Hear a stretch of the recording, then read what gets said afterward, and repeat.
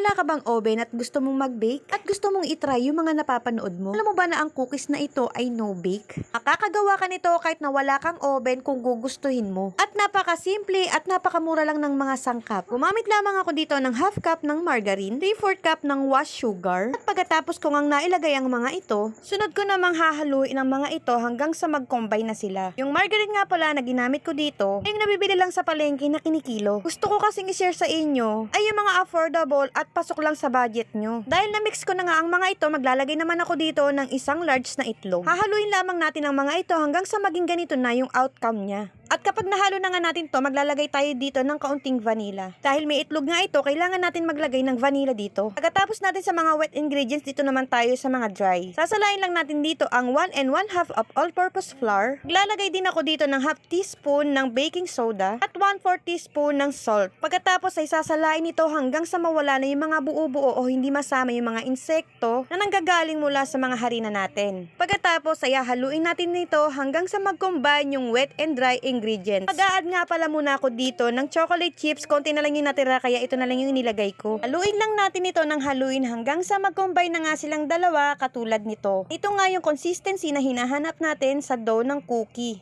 At pagkatapos niya na ilalagay natin ito sa chiller na mga 30 minutes to 1 hour. At habang nasa chiller pa yung ating cookie dough, nag-prepare muna ako dito ng baking pan na may parchment paper. Nakapagpa-preheat na nga pala ako dito ng aking kawali. Naglagay nga pala ako ng ganito, pwede naman yung stainless na wire rack. At pagkatapos niyan, ilalagay na nga natin dito yung cookie dough. Takpan at lutuin natin ito ng 30 to 35 minutes. At ganito lang pala yung settings ng mga apoy ko dito sa aking kalan. Yung nasa katamtamang init lang para dahan-dahan yung pagluto ng ating cookie. After 30 minutes nga, ito na yung outcome ng ating cookies. Pero mas maganda nga dito kung maglalagay tayo ng foil sa ibabaw para mag-circulate lang yung init niya sa loob. Pero napakaganda ng kinalabasan ng ating cookies. At dahil nga bagong luto lang ito, normal lang na malambot sa ibabaw.